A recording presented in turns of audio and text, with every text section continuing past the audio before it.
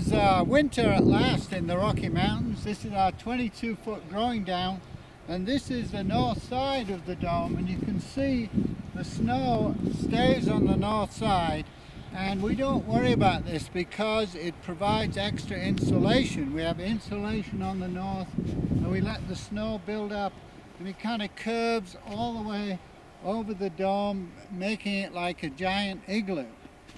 However, on the south side where we've got glazing, if you look over here, you can see already we've only had about 2 hours of sun today, and already the snow is starting to slide off. So let's go inside and see what it looks like inside. So here we are going into our 22-foot dome, and it's December in the Rocky Mountains, and already the snow is sliding off the dome. We've still got lots of kale and lovely flowers, so come on in and have a look around. And so things are still blossoming and happening. Isn't that beautiful? And so here we are, we've got snapdragons. Look at these gorgeous nasturtiums. And we've even got a couple of tomatoes still hanging in there. And the tomatoes nearest to the tank go on a lot longer than the ones nearest the glazing, because in the winter you've got a microclimate. So in the summer it gets very hot on the outside and cooler near the tank, but in the winter everything turns around and it stays warmer near the tank and colder near the south side and the exterior of the dome. So when you're deciding what to put where for the winter, just bear that in mind. So here are our little starts. So we sowed the seeds in September, and here we are December now. These are turning into really significant plants. And what I do is I pick one leaf off each plant, and so they can grow all winter long. Rather than pulling the lettuce up by the roots, just take 1 or 2 leaves off each of these, and you make a salad every now and again. Here we've got some figs.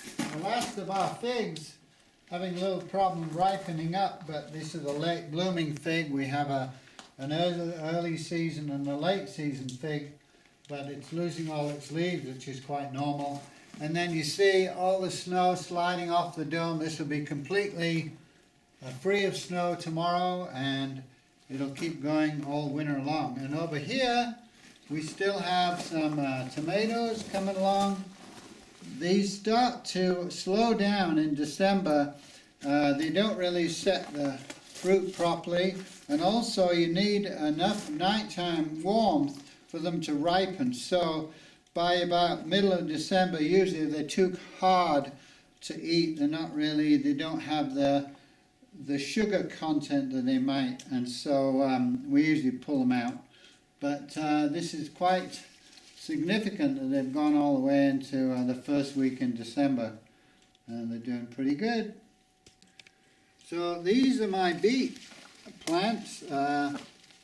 In May we had a little video of me thinning them out, but even though we're thinning them out, they're still pretty close together. But that's a magnificent beet crop, and that'll stand all over winter, but you want to make sure you eat them before they start to put out extra shoots, because then they go woody and they're not nice. But at the moment they're perfectly wonderful to eat, and I like to grate them up and have them in salads. And again, this spinach is going to grow all winter long, and so we've got some good food this winter.